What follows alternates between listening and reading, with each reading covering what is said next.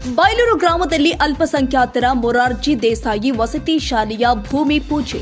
ಕುರುಗೋಡು ತಾಲೂಕಿನ ಬೈಲೂರು ಗ್ರಾಮದ ಗೋಪಾಲಪುರ ಕ್ಯಾಂಪ್ನಲ್ಲಿ ಅಲ್ಪಸಂಖ್ಯಾತರ ಮೊರಾರ್ಜಿ ದೇಸಾಯಿ ವಸತಿ ಶಾಲೆ ನಿರ್ಮಾಣ ಕಾರ್ಯಕ್ಕೆ ಭೂಮಿ ಪೂಜೆ ಕಾರ್ಯಕ್ರಮವನ್ನು ಶಾಸಕ ಜೆಎನ್ ಗಣೇಶ್ ಅವರು ನೆರವೇರಿಸಿದರು. ಸುಮಾರು 16 ಕೋಟಿ ರೂಪಾಯಿ ವೆಚ್ಚದಲ್ಲಿ ಈ ವಸತಿ ಶಾಲೆ ನಿರ್ಮಿಸಲಾಗುತ್ತಿದೆ. ಭೂಮಿ ಪೂಜೆ ಸಂದರ್ಭದಲ್ಲಿ ಮಾತನಾಡಿದ ಶಾಸಕ ಗಣೇಶ್, ಶಿಕ್ಷಣಕ್ಕಾಗಿ ಕಂಪ್ಲಿ ವಿಧಾನಸಭಾ ಕ್ಷೇತ್ರದಲ್ಲಿ ಹೊಸ ಪರ್ವ ಆರಂಭವಾಗ್ತಾ ಇದೆ. ನನ್ನ ಕ್ಷೇತ್ರದ ವಿದ್ಯಾರ್ಥಿಗಳು ವಿದ್ಯಾಭ್ಯಾಸದಿಂದ ವಂಚಿತರಾಗಬಾರದು ಎನ್ನುವ ಉದ್ದೇಶದಿಂದ ಶಿಕ್ಷಣ ಕ್ಷೇತ್ರಕ್ಕೆ ಹೆಚ್ಚಿನ ಆದ್ಯತೆ ಕೊಡ್ತಾ ಇದ್ದೇನೆ ಎಂದು ಹೇಳಿದರು. ಅದರಂತೆ ಅವರು ತುಂಗಭದ್ರಾ ಜಲಾಶಯದಿಂದ ಜನವರಿ 10 ತನಕ ನೀರು ಬಿಡುಗಡೆ ಮಾಡಲಾಗಿರುವುದನ್ನು ರೈತರು ಸದುಪಯೋಗಪಡಿಸಿಕೊಳ್ಳಬೇಕು ಅಂತ ತಿಳಿಸಿದರು. ಇತ್ತೀಚೆಗೆ ಭತ್ತದ ಹುಲ್ಲನ್ನು ಟ್ರ್ಯಾಕ್ಟರ್ಗಳಲ್ಲಿ ಸಾಗಿಸುವಾಗ ವಿದ್ಯುತ್ ತಂತಿಗೆ ತಗುಲಿ ಬೆಂಕಿ ಕಾಣಿಸಿಕೊಂಡ ಘಟನೆಗಳು ಹೆಚ್ಚುತ್ತಿರುವ ಹಿನ್ನೆಲೆ ರೈತರು ಜಾಗರೂಕರಾಗಿ ಸುರಕ್ಷಿತವಾಗಿ ಕಾರ್ಯನಿರ್ವಹಿಸಬೇಕು ಅಂತ ಶಾಸಕ ಗಣೇಶ್ ಸಲಹೆ ಕೊಟ್ಟಿದ್ದಾರೆ. ಕುರುಗೋಡು ಭಾಗದಲ್ಲಿ ಅನೇಕ ಜನ ಮೈನಾರಿಟಿ ಸಮಾಜ ಇದೆ. ಮೈನಾರಿಟಿ ಸಮಾಜಕ್ಕೆ ಭಾಳ ವರ್ಷಗಳಿಂದ ಬೇಡಿಕೆ ಅಂದರೆ ಮೊರಾರ್ಜಿ ದೇಸಾಯಿ ಶಾಲೆ ಆಗ್ಬೇಕಂತಂದು ಭಾಳ ವರ್ಷಗಳಿಂದ ಬೇಡಿಕೆ. ಹಂಗಾಗಿ ಫಸ್ಟಿಗೆ BZ ಜಮೀರ್ ಅಹಮದ್ ಖಾನ್ ಅವರಿಗೆ ಧನ್ಯವಾದಗಳು ತಿಳಿಸೋಕೆ ಇಷ್ಟಪಡ್ತೀನಿ ಕುರುಗೋಡು ಕ್ಷೇತ್ರದಿಂದ. ಹಂಗಾಗಿ ನಮಗೆ ಈಗಾಗಲೇ ಕಂಪ್ಲಿಯಲ್ಲಿ ಅಬ್ದುಲ್ ಕಲಾಂ ಆಜಾದ್ ಶಾಲೆ, ಮೊರಾರ್ಜಿ ದೇಸಾಯಿ ಶಾಲೆ, ಬೈಲೂರಲ್ಲಿ ಕೂಡ ಮೊರಾರ್ಜಿ ದೇಸಾಯಿ ಶಾಲೆ ಸುಮಾರು 16 ಕೋಟಿ ರೂಪಾಯಿ ವೆಚ್ಚದಲ್ಲಿ ಆಗ್ತಿದೆ. ಯಾಕಂದರೆ ಶಿಕ್ಷಣಕ್ಕೆ ಹೆಚ್ಚು ಒತ್ತು ಕೊಡಲಿಕ್ಕೆ ಪ್ರಾಮಾಣಿಕವಾಗಿ ಪ್ರಯತ್ನ ಮಾಡ್ತಿದ್ವಿ. ಯಾಕಂದರೆ ನನಗೆ ಯಾರು ಕೂಡ ಮೈನಾರಿಟಿ ಸಮಾಜ ಶಾಲೆ ಬೇಕಂತ ಕೇಳಿಲ್ಲ. ಓಟ್ ಹಾಕ್ತಿದ್ರು, ಸುಮ್ಮನೆ ಇದ್ಬಿಡ್ತಿದ್ರು. ಹಂಗಾಗಿ ಸ್ವ ಇಚ್ಛೆಯಿಂದ ನಮ್ಮ ಮಕ್ಕಳು ಕೂಡ ಶಿಕ್ಷಣದಲ್ಲಿ ಮುಂದೆ ಬರಬೇಕು. ಭಾಳಷ್ಟು ಜನ ಇಲ್ಲಿರುವಂಥ ಮುಸ್ಲಿಂ ಸಮುದಾಯ ಭಾಳ ಬಡತನದಿಂದ ಇದೆ. ಹಂಗಾಗಿ ಇವತ್ತೇನು ಮೊರಾರ್ಜಿ ದೇಸಾಯಿ ಶಾಲೆ ಆಗ್ತಿದೆ, ಆ ಸಮಾಜಕ್ಕೆ ಮತ್ತೆ 25% ಬೇರೆ ಸಮಾಜ ಎಲ್ಲ ಬಡ ಮಕ್ಕಳಿಗೆ ಅನುಕೂಲ ಆಗೋಂಥ ಒಂದು ಶಾಲೆ ಏನಾಗ್ತಿದೆ, ಭಾಳಷ್ಟು ಖುಷಿ ಆಗ್ತಿದೆ.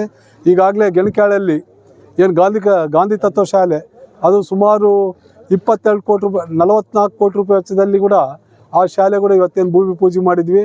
ನಾಳೆ ಕಂಪ್ಲಿಯಲ್ಲಿ OBC ಮಹಿಳಾ ಹಾಸ್ಟೆಲ್ ಏನು ಭೂಮಿ ಪೂಜೆ ಮಾಡ್ತಿದ್ವಿ.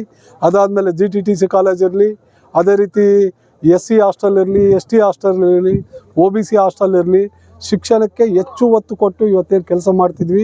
ಇದು ಭಾಳಷ್ಟು ತೃಪ್ತಿದಾಯಕ ಅಂತ ಹೇಳ್ತೀನಿ. ಯಾಕಂದರೆ ನನ್ನ ಅವಧಿಯಲ್ಲಿ ಏನು ನಾನು ML ಆಗಿ 7 ವರ್ಷ ಆದಮೇಲೆ 5 ವರ್ಷ ಅಂತೂ ವಿರೋಧ ಪಕ್ಷದಲ್ಲಿದ್ವಿ. BJP ಸರ್ಕಾರಕ್ಕೆ ಅನೇಕ ಬಾರಿ ಮನವಿ ಮಾಡಿದ್ರು ಕೂಡ ನಮ್ಮ ಕಂಪ್ಲಿ ಮತ್ತು ಕುರುಗೋಡು ಭಾಗದಲ್ಲಿ ಒಂದು ಕೂಡ ಹಾಸ್ಟೆಲ್ ಇದ್ದಿದ್ದಿಲ್ಲ. ಇಲ್ಲಿರೋಂಥ ಮಕ್ಕಳು ಬಳ್ಳಾರಿಗೆ ಹೋಗ್ಬೇಕು, ಅವ್ರಿವ್ರಿಗೆ ಕೈಕಾಲು ಮುಗಿಬೇಕು. 1-2 ಸೀಟ್ಗೋಸ್ಕರ ಹೋರಾಟಗಳು, ಬರೀ 1-2 ಸೀಟ್ಗೋಸ್ಕರ. ಇವತ್ತೇನು ನಮ್ಮ ಮಕ್ಕಳು ಸುಮಾರು 1000 ಜನ ಮಕ್ಕಳು ಏನು ಇವತ್ತೇನು ಶಿಕ್ಷಣಕ್ಕೆ ಅನುಕೂಲ ಮಾಡೋಂಥ ನಿಟ್ಟಿನಲ್ಲಿ ಮಾನ್ಯ ಸಿದ್ದರಾಮಯ್ಯ ಸರ್ ಅವರು, BZ ಜಮೀರ್ ಅಹಮದ್ ಖಾನ್ ಅವರು, ಅದೇ ರೀತಿ ಶಿವರಾಜ್ ತಂಗಡಿಗೆ ಅವರು, ಸಂತೋಷ್ ಲಾಡ್ ಅವರು, ಇವಾಗ ನಮಗೆ ಕುರುಗೋಡಿನಲ್ಲಿ ಏನು ಕಾರ್ಮಿಕ ಇಲಾಖೆಯಿಂದ ಮೊರಾರ್ಜಿ ದೇಸಾಯಿ ಶಾಲೆ ಆಗಿದೆ, ಅದು 40 ಕೋಟಿ. ಅಂದರೆ ಇವತ್ತೇನು ಲೇಬರ್ ಕ್ಲಾಸ್ ಜನಗಳು ಅಂದರೆ ನಮ್ಮೇನು ಕಟ್ಟಡ ಕಾರ್ಮಿಕರು ಇರ್ಬೋದು, ಅದೇ ರೀತಿ ಪೈಪ್ಲೈನ್ ಮಾಡೋರು ಇರ್ಬೋದು, ಕರೆಂಟ್ ಮಾಡೋರು ಇರ್ಬೋದು, ಆಟೋ ಹಮಾಲಿ, ಇಂಥ ಮಕ್ಕಳಿಗೆ ನಾವು ಶಿಕ್ಷಣಕ್ಕೆ ಒತ್ತು ಕೊಡ್ಬೇಕಂತ ನಿಟ್ಟಿನಲ್ಲಿ ಸಂತೋಷ್ ಲಾಡ್ ಅವರು ಹೊಸ ಒಂದು ಸ್ಕೀಮ್ ತಂದಿದ್ದಾರೆ. ಅದೇ ಕಾರ್ಮಿಕ ಇಲಾಖೆಯಿಂದ ಮೊರಾರ್ಜಿ ದೇಸಾಯಿ ಶಾಲೆ, ಅದು ಕುರುಗೋಡಿನಲ್ಲಿ ಆಗ್ತಿದೆ.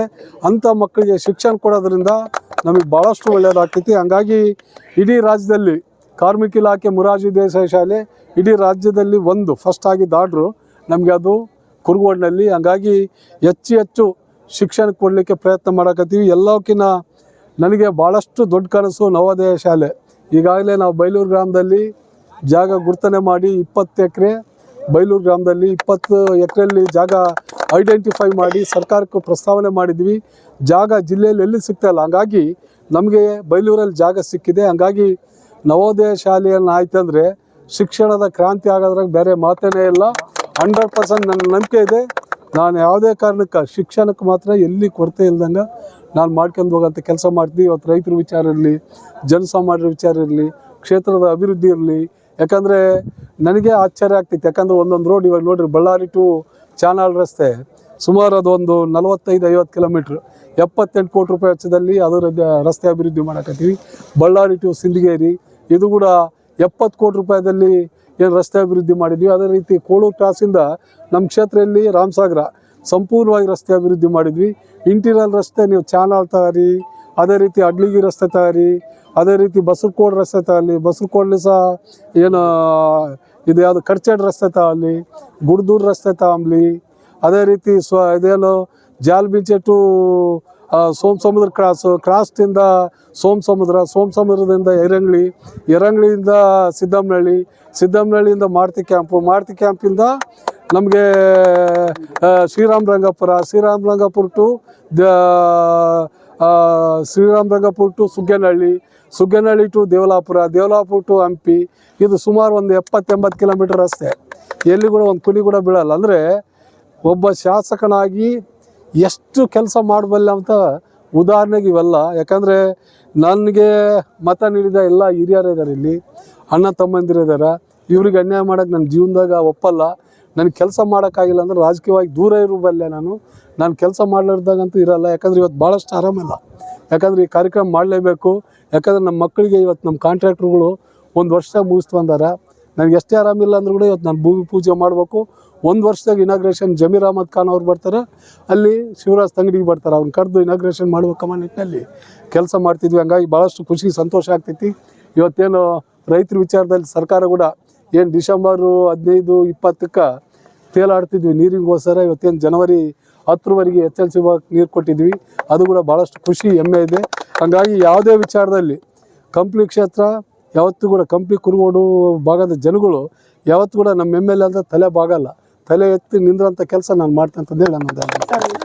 ಅದು ಇವಾಗ ಅದು ನೋಡ್ರಿ, ಏನಾದ್ರೆ ಓವರ್ ಲೋಡ್ ಆಗಿ ಇರ್ತಾವಲ್ಲ, ಮೇಲೆ ಐಡೆಂಟಿಫಿಕೇಶನ್ ವೈರ್ಗಳು ಇರ್ತಾವೆ, ವೈರ್ಗಳು ತಾಕಿ ಕೆಲವೊಂದು ಆಗ್ಯಾವ ಅಂತ ಇಶ್ಯೂಗಳು ಎಲ್ಲಿ ಆಗ್ಯಾವ.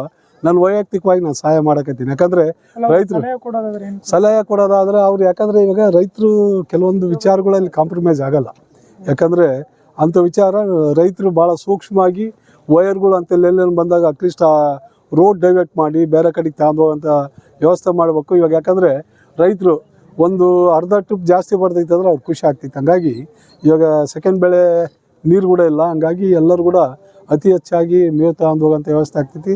ಸುರಕ್ಷಿತವಾಗಿ ತಗೊಂಡು ಹೋಗ್ರಿ ಅಂತ ರೈತರಲ್ಲಿ ಮನವಿ ಮಾಡ್ತೀವಿ.